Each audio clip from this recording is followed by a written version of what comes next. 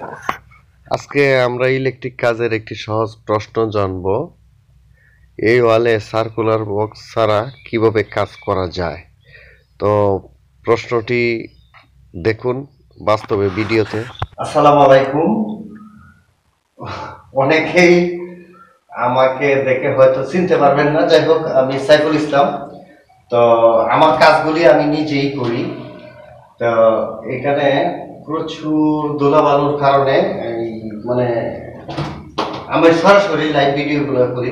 তো আজকের একটা আপনাদের জন্য একটা কোয়েশ্চেন আমি রেখে যাব। কোয়েশ্চেনটা হচ্ছে এই, আপনারা একটা জিনিস দেখতে পাচ্ছেন, আমি আগে বুঝাই দিই আপনাদের যে প্রশ্নটা আমি করব। তো এটা যারা ছোট টেকনিশিয়ান তাদের জন্য এই জিনিসটা কাজে লাগবে। আপনারা দেখতে পাচ্ছেন এই একটা সার্কুলার বক্স, আপনারা দেখতে পাচ্ছেন, মানে এখানে হচ্ছে এই যে সুইচ বোর্ড, ঠিক আছে? এটা হচ্ছে কি এই সুইচ বোর্ডটা, এই সুইচ বোর্ডের যে পাওয়ার আসবে, দেখেন আসলে কাজটা তো একটু ব্যতিক্রমী। এই সুইচ বোর্ডের মেইন লাইন নাই, তো ভিডিও ট্রফিকটা হচ্ছে কি, এই যে এখানে একটা সার্কুলার বক্স, এই সার্কুলার বক্সটা থেকে একটা লাইট গিয়ে এইখানে একটা লাইট জ্বলবে। এটা হচ্ছে দরজার পাশে জ্বলবে, দরজার পাশে জ্বলবে।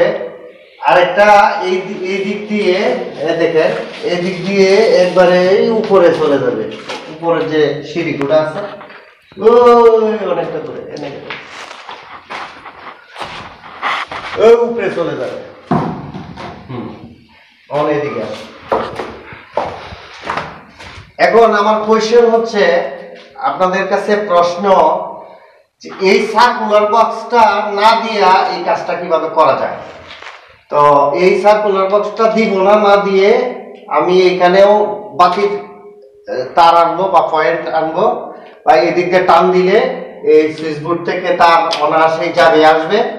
আবার এই পাশে যে তারটা যাবে সেটাও কিন্তু এই যাবে আসবে। এটা আজকের যে প্রশ্নটা হচ্ছে এই কাজটা কিভাবে করা যায়, ঠিক আছে?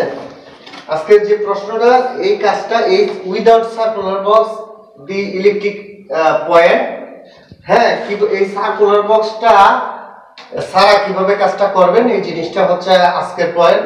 তো আজকে যারা কমেন্টস করবেন, তো সেই কমেন্টটি দেখে এই সার্কুলার বক্স ছাড়াই কিন্তু আমি কাজটা করব।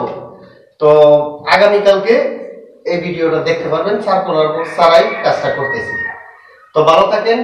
আগামীকালকে আমি কিভাবে করি, আপনারা যদি যারা পারেন অবশ্যই কমেন্টস বক্সে লিখবেন, আর যারা পারেন না তারা আগামী দিনের জন্য অপেক্ষা করেন।